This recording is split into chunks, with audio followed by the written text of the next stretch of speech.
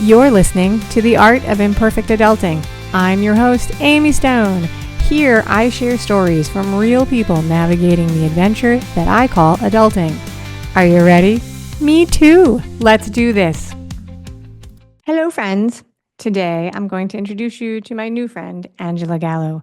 We talk about making a massive career change from something that from the outside seems secure and honestly like a dream job for a lot of people to something that is totally and completely different, except also kind of not.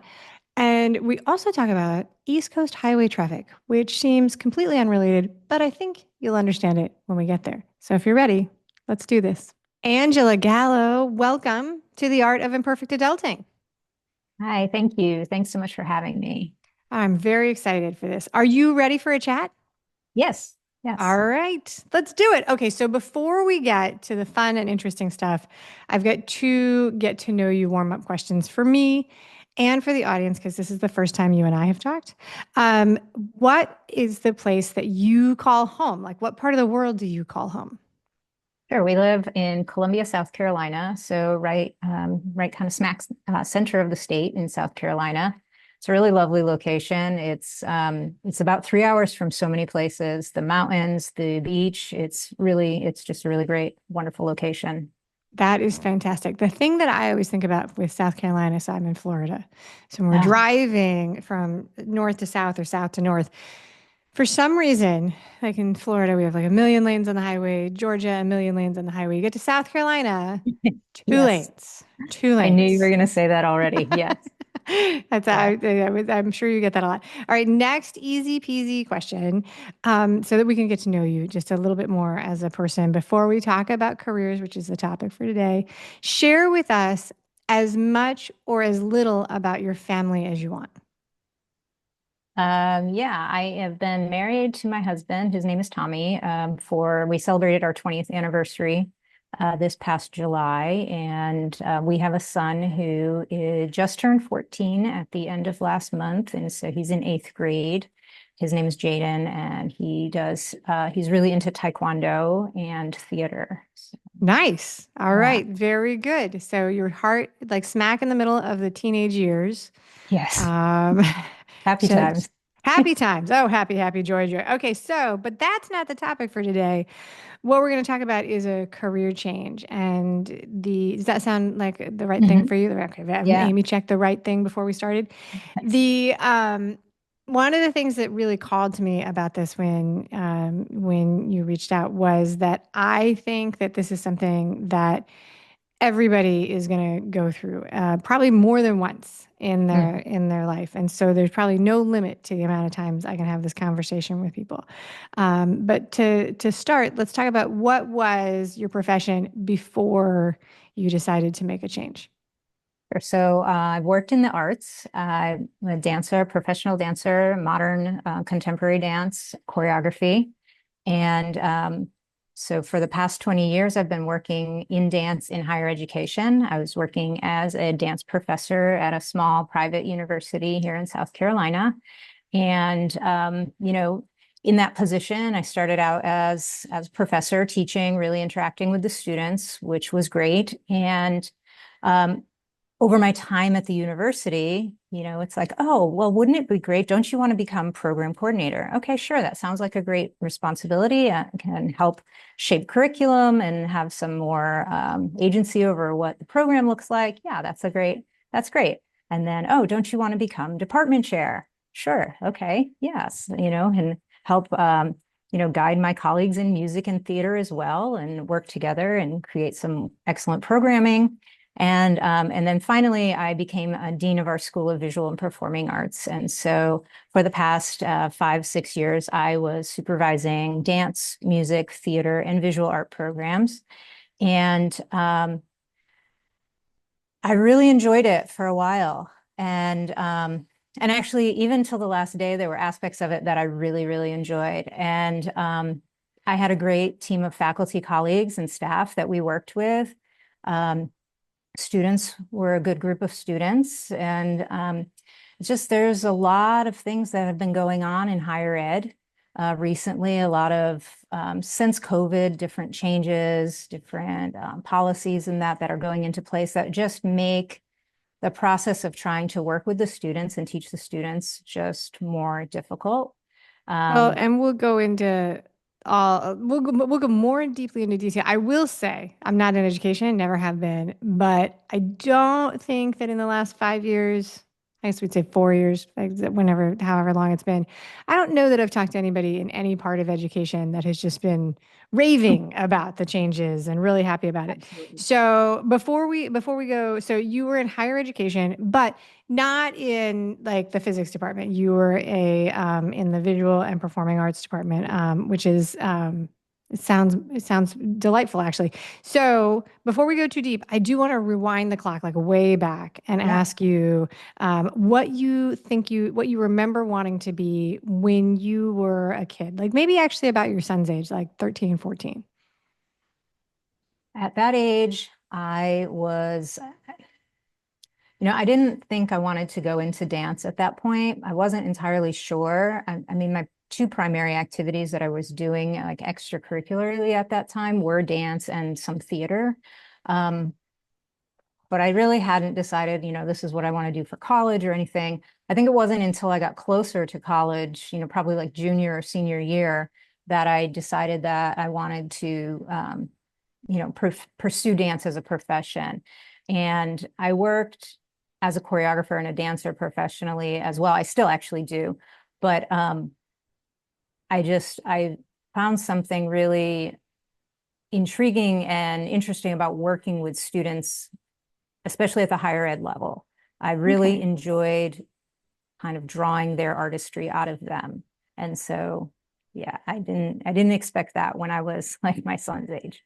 Right. And that's the reason I wanted to go all the way back then because what we think we want. I mean, at 10 years old, that's the time when you only know the jobs that your parents have, and then firefighters and policemen and people we see on TV. So you don't really have a lot of information to make it, but um, the adjustment from like what we dream will be and what we study to like actually doing things, that's not always easy. That's not Right. always easy. And so there is that. Okay, so. You are a performer Mhm. by desire, but you fall in love with teaching in higher ed. And then was this change driven by you, or was it something that, like, did you decide that you wanted to leave higher education, or was it like a change in faculty overall? Ultimately, the university, kind of those powers above me, were considering eliminating some of the programs in the arts that Okay. I supervised, and I was fighting back against that. And ultimately, the university sent out voluntary early retirement opportunities to a number of the faculty and staff at the university, and so along with that, knowing that they were considering cutting programs and it was going to be, things had already been challenging since COVID in terms of resources, in terms of change in student motivation. It just was like, I'd been thinking about making a change, and here came an opportunity to, maybe step away and have some time to start my own next thing. So that's really interesting because I like to draw like a bright line. I'm like, there are changes we make, and then Mhm. there are changes that happen but this is really a little bit of both. It is a You little of were both, thinking yes. about it, you were given an opportunity, there was a circumstance that was presented to you, that is very interesting. Okay, so you have hinted to this and started this already about what the thoughts were that were bouncing around in your beautiful brain about why you might want to make this change. I think you mentioned that there was how do we describe this when it's a pressure from above? Like there were some systemic pressures from above. They were going to eliminate some of these programs. It wasn't any longer what you thought you would be. What were some of the things that were driving your choices when you think back? Yeah, I think for a while I felt like we had pretty good autonomy over, the programs I supervised and working with the faculty on, the goals of the programs. We were doing a lot of giving opportunities for students with guest artists and that. And then there was just a shift that happened maybe about a year or so before this opportunity for early retirement came in, where all of a sudden there was a lot more intervention from other areas on campus trying to like control or tell us what we should be doing with our programs. And so it got more frustrating. Additionally, after COVID, the students, again, like you said, talking with people in education, since COVID, the expectation of students, their motivation, their drive, and yes, working in the arts, you'd think like, oh, well, this is great. You get to go and take, piano lessons or dance class or drawing or painting or sculpture or acting class. But still these students were, unmotivated. They weren't wanting to come to class. And how do you think you're going to be successful in the arts if we can't even come to class? You have to be, such a self-starter and really push yourself in these areas, in some ways more than some other areas, to get recognition, to create opportunities for yourself. And so all of these battles were just, getting very draining. I believe that. I think that motivation of kids from like middle school to college is definitely something. I mean, I used to hear it when Mhm. I was in high school. You guys are not working as hard as the older kids and stuff. And it's been a long time since I was in school, but I think that we did all, definitely we broke some of the training. Yeah, That when we pulled kids from for better or worse, showing up every day for school when you have to go trains kids to do that, trains them to get up and go. yeah. And so we did break some of those habits. We definitely broke some of the socialization habits. I had lunch today with people that I have not gotten together with with. We figured it out while we were doing it since before lockdown, which is like nuts, right? Just the regular patterns of, hey, let's get together, let's do this.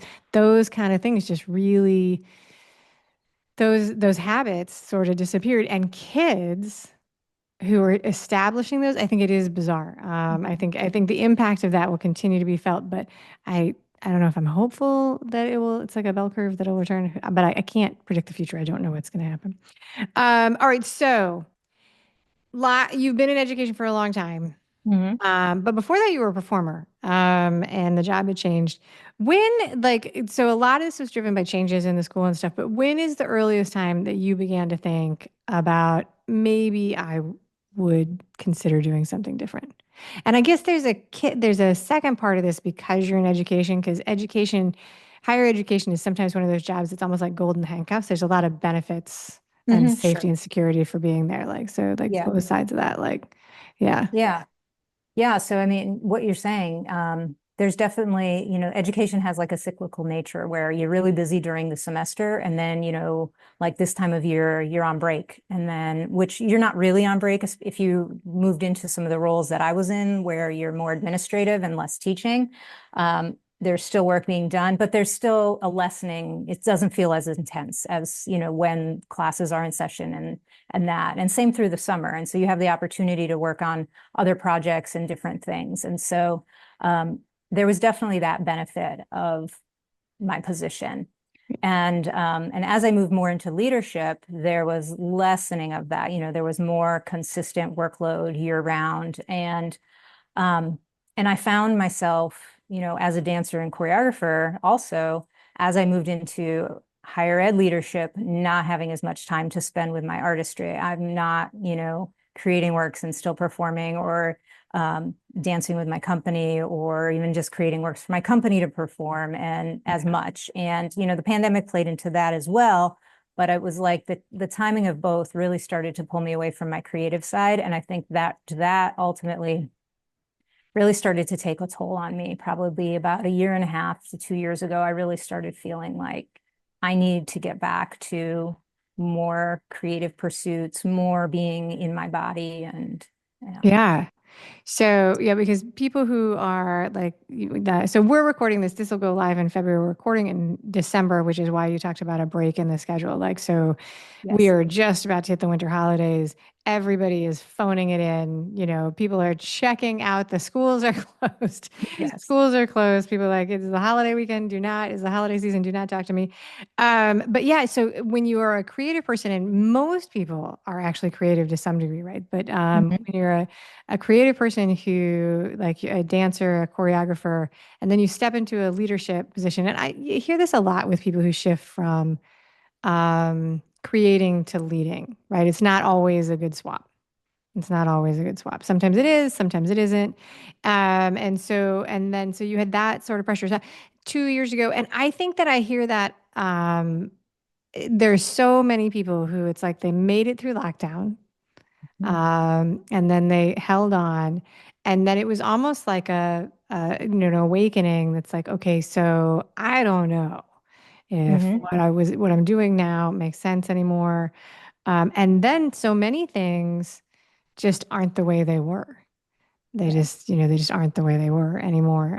So about 2 years ago is when you did that. Okay, so um, what concerns did you have about when you were thinking about this before they made you the offer that was too good to refuse? Yes. Before they made you the offer, what concerns did you have? Like how were you, like, if you started talking to yourself through it? Because at any point you could have walked in and been like, I'm Mhm. done, see you later. But what were some Right. of the concerns that you had about leaving? Well, I'd actually been looking at other academic positions at other institutions, and I had been interviewing for a lot of them. And one of the things is that they required a move. So, at a certain level, if I want to take another dean position or even associate dean or even, a director of a school, or those things, it's not like there's a lot of those opportunities right in my backyard or anyone's backyard, really. It's Right. kind of the thing where you have to go to where the jobs are. And, if I look right now online, there's probably 20 positions open nationwide for those kinds of positions. So it's limiting in terms of where do you want to be. And we really enjoyed living here where we're living. We are, where my son goes to school is a great program. He's involved with some really great magnet and honors programs. And I didn't really want to leave that. My husband has a job and a career here too. And so started kind of weighing, did we want to uproot everything for a possible other academic position at another institution and, sell the house and move cross country? And we have, both our families don't live in South Carolina. My parents live in Florida also, and my mother-in-law lives in Connecticut, and so it's very East Coast driven. And so Right. I wasn't even looking at jobs that might be anywhere past, the Mississippi River out west, because Sure. it's, then we're moving away from parents who are starting to age and, and concerns of that. So it became, I don't know, after kind of a heart to heart with one of my girlfriends, we spent a weekend kind of digging through some issues that we were both kind of wrestling with. It was like, I don't know. I think I don't really want to move. And if that means that I'm going to step away from the academic environment, then I'm going to make that choice. And it was hard because it's, again, 20 years is a long time to be in a field and developing. Right. So you have a lot of time Mhm. and effort invested in this career and in this school. And it is very hard. And you hit on some things that probably a lot of people resonate with, right? So, before you have kids, you can go anywhere you want. You can do anything you want. When your Right. parents are young and they're totally, in good health, that also is easier. Then we call it, right? We call it the sandwich generation. Mhm. You're in between aging parents and you're still caregiving for kids. And there's a lot of pressure. There's a lot of pressure on that. And it's a unique thing that did not happen very often, like 100 years ago. So this is Right. a new kind of thing. So we're navigating it first time, and so you decide I love where I live. I love the location where I live, and so if I am not going to do this job, I'm not going to do this job. But I'm not leaving South Carolina. Did you grow up in South Carolina, or did your parents did they follow the rules and move to Florida as a retirement move? They actually left Connecticut. We all were from Connecticut Okay. originally. And so we still have family. And like I said, my in-laws are still there, and I have some of my own family is also still there. But my parents left probably a little before retirement and went down and have been there. They've probably been there about 20, 25 years now in Florida as well. And I was an early migrator. I moved right after college. yeah, So I was like, oh, you know, did you know that if you move south, it's warm all year long? exactly. Right. Did you Yeah. know that you can live in the same town as the ocean? So yeah, but so you grew up on the Northeast. Hmm. You moved halfway down to South Carolina. Hmm. They're all the way down. So I went from the Northeast. I did school in the Midwest, but moved to Florida. Now, a lot of people will then retire in North Carolina and they call them halfbacks. Yes. Yeah. It's one of my favorite stereotypical nicknames. Like, I guess The, also probably South Carolina too. They call them halfbacks. Yeah. yeah, my Okay. Yeah. parents are considering moving up closer this way now. Oh, okay. So they're considering moving a little further. Well, it's I don't know how far south they live. It's very hot now in Florida all year long. Yeah. And so there is a balance there. There is a balance. And I don't know if anybody's paying attention, but Florida is full. We're completely occupied, building Yes. houses as fast as we can, but it is congested everywhere. We went to a family dinner the other day, and my husband was like, what is all this traffic? And I was like, where have you been? It is like this all the time, 24 hours a day. So, all right. So the concerns were about leaving were the moving, right? And so you made a very dramatic shift. You moved from higher education with a background in performance. Tell the audience, tell the listeners and the people watching what you decided to change to. Sure. So a little bit more about my background that will help make sense of this. You don't have One to of the defend it. I'm gonna Oh like, no, so, okay. I don't think it's a defense. I think Okay. because what I did, I really sat down and thought about what did I want to keep doing. Okay. One of the other opportunities that I did have at this university was to lead study abroad trips. And so I led probably at least a dozen study abroad to different areas of Europe over the past, 15 years or so. And the profound change that I saw in the students when they had the opportunity to venture into another country and other cultures and learn about their art and about their history and the food and just, experience all of it was such an exciting change. And so I was determined that something I was going to do was going to continue to have some aspect of um, exposing people to travel and transformative travel, things that would help them like broaden their mindset, really big life shifts, and just in perspective in that.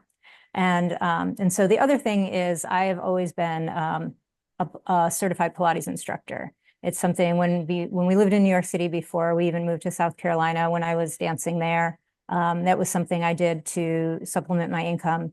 But it's always been an important part of my life in terms of cross training, in terms of keeping me healthy and strong and continuing to be able to dance even as I got older in that. And so what I did is I opened a company called Hemisphere Dancer Wellness and Travel. And what I'm working on now is guiding primarily women, but not all women, on journeys that are, through some travel and wellness coaching, transformative travel trips, helping them plan the most, transformative experience for them.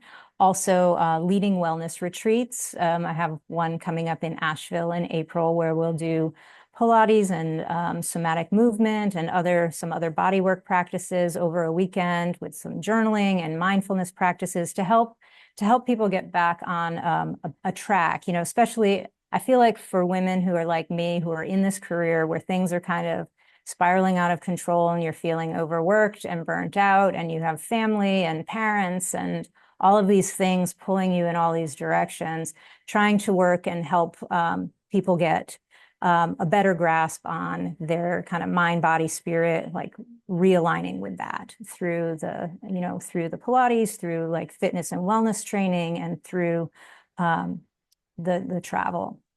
Very nice. All right. So I thought there was a lot in there, and let's Yeah. make sure that we touch it. So Sure. you led artists, student artists, on international travel trips in Yes. education, and you got to see firsthand something I believe myself. The impact of traveling and going to a place where they do things a little differently than you're used to can really be profound. And it Mm-hmm. doesn't just stop when we're students, right? Right. Right. And then you had a certificate from when you were young as a Pilates instructor because so at that point were you a performer? Yeah. And so and it is a story as old as time that performers often have another side gig to pay the Right. rent. And now we are cobbling together professions Mm-hmm. of all side Right. gigs. It's an entrepreneurial world. So Exactly. you had those things and you put it together. And one of the things you talked about is, I'm going to ask you to give a little bit more of a description of, because I think that let's talk about what a retreat looks like from the Mm-hmm. outside, because I think if you haven't been on a retreat, and there are 1,000 bazillion gazillion different kinds of retreats. Like you could do a work retreat, you can do a spa-based retreat. They're all over the place, but it's like a word that can mean a lot of different things. So when you're talking about wellness retreats, give an example of what that might look like to somebody who is considering it, if they see it advertised or if they're thinking to themselves, Calgon, take me away. What do I do? Yes. So it varies slightly in terms of depending on how long it is, but I'll give the example of the one I'm planning for Asheville in April. So this is a long weekend retreat. So it would be a Friday, Saturday, Sunday situation. And so participants would arrive on Friday afternoon. We would have a welcome dinner, and it would be a group of kind of like-minded people getting to know each other with a dinner. We would also have some sort of movement activity that night, like Pilates or yoga, just some class to move together, get used to each other. Then we would also do some journaling, kind of mindset work, talking about, what kind of things are happening in somebody's life where it's making them feel really kind of pulled in all of the different directions, and kind of doing some journaling to help unpack some of that and start to look at, well, where could we look at rewiring some of this or reworking it to be more manageable. And then the next day, Saturday, it would start with some movement-based classes. In this retreat, I'm partnering with a colleague of mine who does some nervous system work. So we'll do some Pilates classes, somatic movement, which is kind of like guided / meditative movement. So it's not really dancey dance, but it's kind of a little more like creative movement. I hesitate to use the word improvisation because that can kind of freak some people out, but it's kind of moving how you feel you want to and need to move with like guided prompts. And then, like I said, excuse me, my colleague will be doing some nervous system sessions as well. And then we have time for kind of a after lunch in the afternoon.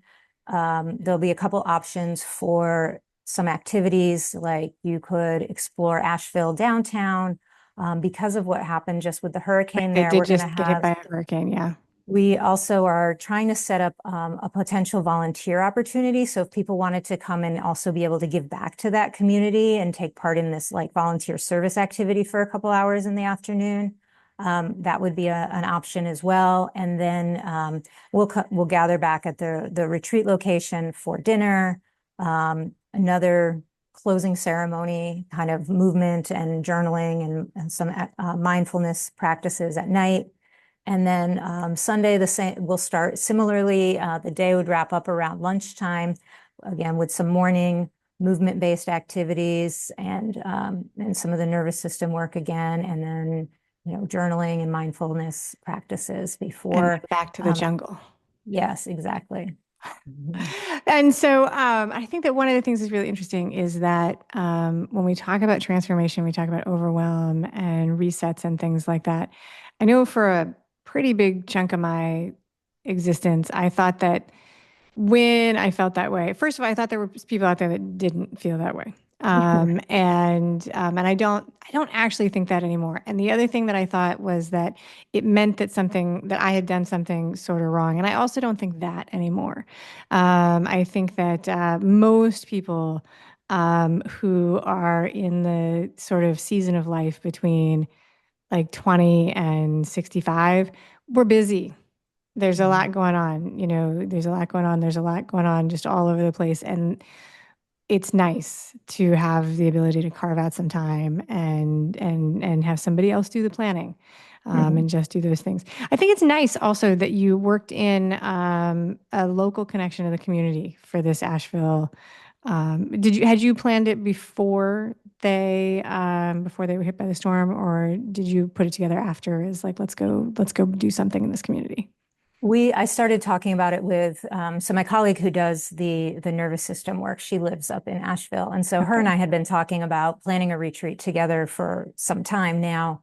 And now because of what's going on up there, her and her partner are also very involved in a lot of the rebuilding. He works in construction, so Oh, he's a lot he's of really that stuff. involved. Yeah. Yeah, he's really involved. So It was, yeah. yeah, it was, so my kids all my kids went to sleepaway camp, up in that Mhm. neck of the woods. And so, it didn't always happen, but I've poked around up there, and it's always, so I live in hurricane country. So it's, Mhm. something, but it is so hard to watch a city get just knocked out like that. And they really, really got walloped. And it's true in any place that is in a danger zone, right? Like people who live there and are ready for it are more aware of the risks.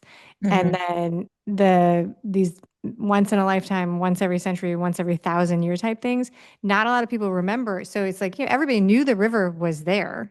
Right. Like, of course, the Riverside, there's a beautiful artisan market. Everybody knew it was there.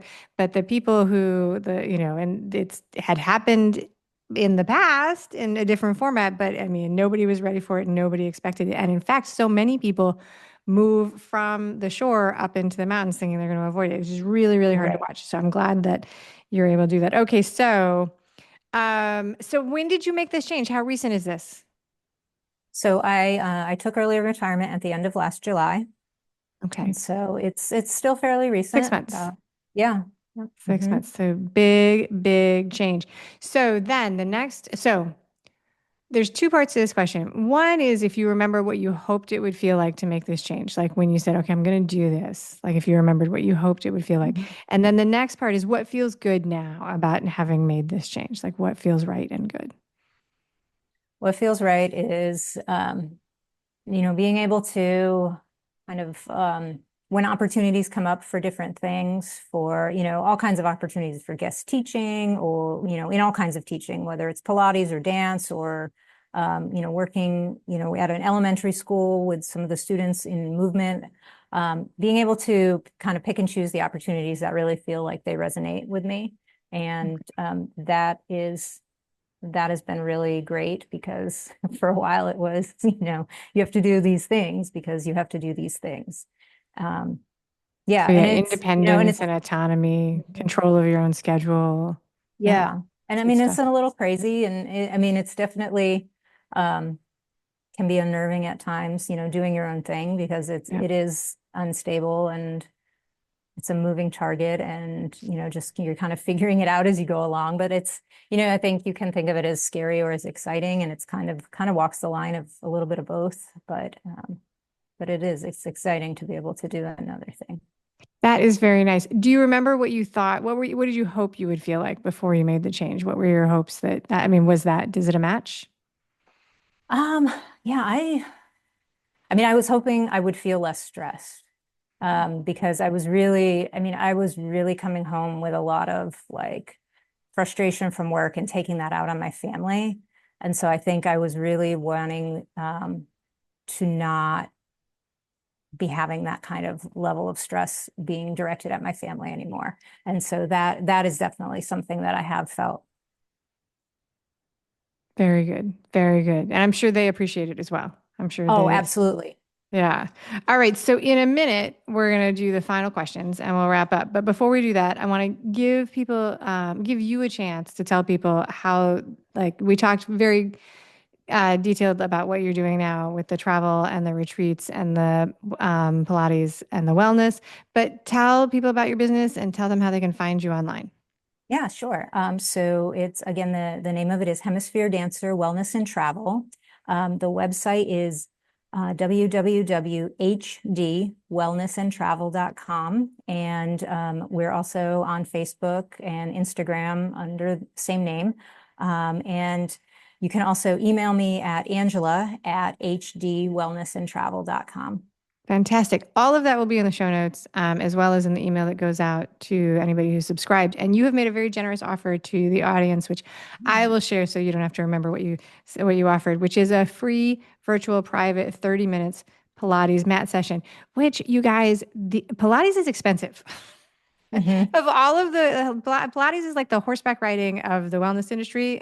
Yes. Like it's very expensive. So that is a really, really wonderful offer. And people can claim that by emailing you at Angela at HD Wellness and Travel and mentioning the code virtual30. And that will be in the show notes and in the email that goes. I hope that people take advantage of that very generous offer. I want to say thank you for offering that up. And now to close up, I'm going to ask you three general questions that are not related to your career change. They're not related to Pilates. They're not related to anything. They're just for fun.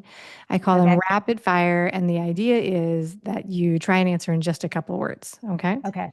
Nobody gets this right. I'm the person who doesn't get it right. I have lots to say about everything. Okay. So, question number one, were you a rule follower or a rule breaker as a kid?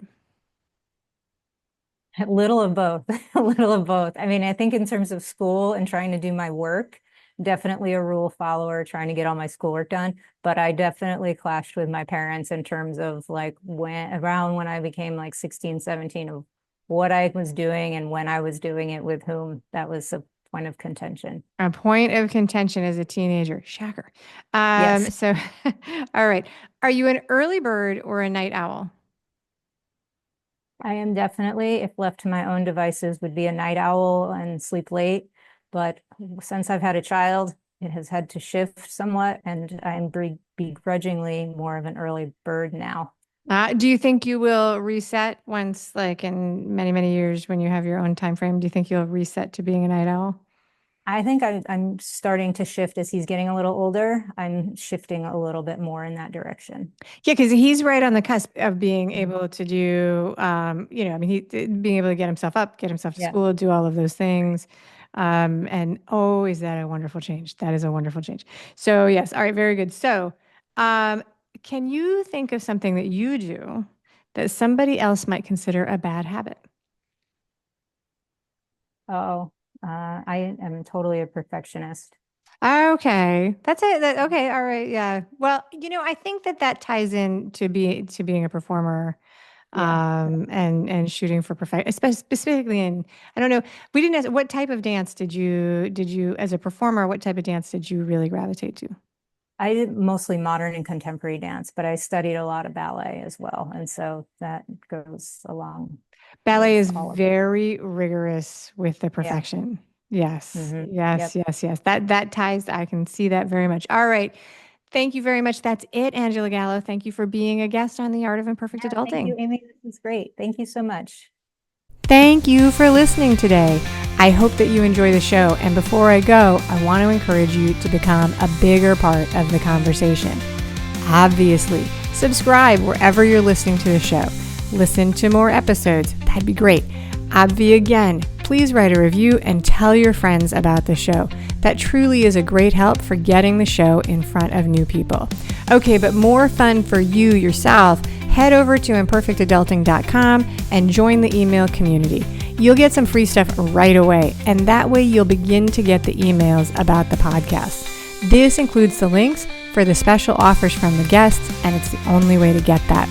Also, if you aren't in the mood to listen, I actually include an article directly in those emails. Whee! Now, if you love this and you crave more time with me, Amy, as a coach, a mentor, or just adultier adult, numero uno, check out The Village. If you have a story you want to share with the listeners, I'd love to hear from you. I have an open application. Just let me know you want it. And that's a wrap for today. Until next time, remember, the journey is the destination. Ralph Waldo Emerson said that, not me. Well, until just now, I did just say it. But what I want you to hear today is that if your adulting journey isn't going the way you expected, that may not mean that you're lost. It may just mean that you're on your way. This is Amy Stone, signing off. The Imperfect Adulting podcast is created and produced by Amy Stone and Amy Says So. Anything expressed on this show is offered as entertainment, and the views of the guests may not always represent the ideas and viewpoints of the host. That's me. Amy does not intend or hold herself out to provide professional advice or recommendations of any kind. In the end, you and you alone need to make those kinds of decisions based on your personal and individual situation, needs, circumstances, and comfort level.